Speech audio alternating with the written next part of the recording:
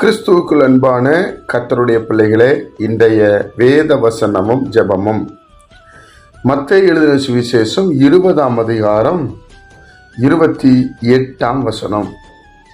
அப்படியே மனுஷகுமாரனும் ஊழியம் கொள்ளும்படி வராமல் ஊழியம் செய்யவும் அநேகரை மீட்கும் பொருளாக தம்முடைய ஜீவனை கொடுக்கவும் வந்தார் என்றார். என் அன்புக்குரியவர்களே, சீசர்களுக்குள்ள யார் பெரியவங்க, யார் முதல்ல வந்தவங்க என்கிற ஒரு பெரிய போராட்டம், ஒரு பெரிய பிரச்சனை அங்கே நடந்து கொண்டிருக்கிறது. உடனே ஆண்டவராய் இயேசு கிறிஸ்து அவர்களை பார்த்து சொல்லுகிறார், உங்களில் எவனாயிலும் முதன்மையாக இருக்க விரும்பினால் அவன் உங்களுக்கு ஊழியக்காரனாக இருக்க கடவன், உங்களுக்கு பணிவிடைக்காரனாக இருக்க கடவன், உங்கள் காரியங்களெல்லாம் விசாரிக்கணும் என்று சொல்லுகிறார். சொல்லிவிட்டு தான் அவர் வந்த காரியங்களை அவர் சொல்லுகிறார். என்ன சொல்லுகிறார் என்றால், மனுஷகுமாரன் என்றால் இயேசு கிறிஸ்து மனுஷகுமாரனா இந்த பூமிக்கு வந்தார்.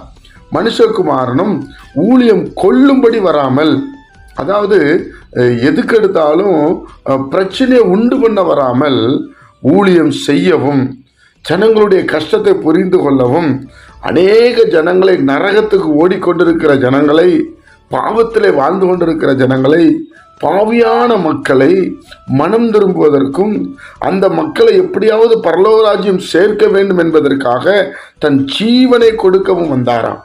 தன் உயிரை கொடுக்க வந்த தேவன். என் அன்புக்குரியவர்களே, அதனாலதான் இயேசு கிறிஸ்து சிறப்பு என்று சொல்லுகிறோம்.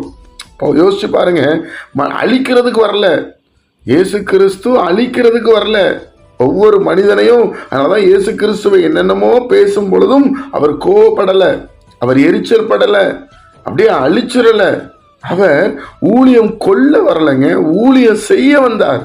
அதுபோல தேவனுடைய பிள்ளைகளை நாமும் ஆத்துமாக்கள் ரட்சிக்கப்படணுங்கிற எண்ணம் தான் நமக்கு இருக்க வேண்டுமே தவிர, நம்ம மூலமாக எல்லாம் நடக்குங்கிற பெருமை நமக்குள்ள வந்துவிடக்கூடாது. அதைத்தான் இங்கே வேதம் சொல்வதை பார்க்க முடிகிறது.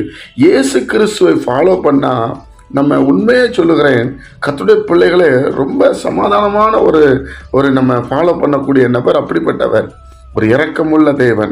அதனால ஊழியம் கொள்ள வரலைங்க, ஊழியம் செய்ய வந்தார். ஊழியம் செய்கிற பிள்ளைகள் ஊழியம் செய்யணும், ஜனங்களை வஞ்சிக்க கூடாது. ஜெபிப்போமா? பிதாவே, உம்முடைய குமாரன் இயேசு கிறிஸ்துவின் நாமத்தில் வருகிறோம். எங்களுக்கு மனசு பூரா இயேசுவை போல மாறணும்னு ஆசை இருக்குது சுவாமி. ஆனால் அது எப்படி நடக்கும்னு எங்களுக்கு தெரியல. நீங்கள் எங்களுக்கு கற்றுக் கொடுங்க. இயேசு கிறிஸ்துவை ஃபாலோ பண்ண வேண்டிய கிருபைகள் எங்களுக்கு தாங்க. இந்த வேத வசனத்தை நல்லா படிக்கக்கூடிய ஞானத்தை எங்களுக்கு தாங்க. படிக்கிறது மாத்திரம் இல்லை சாமி, அதன்படி நடக்க கிருபை செய்யுங்க.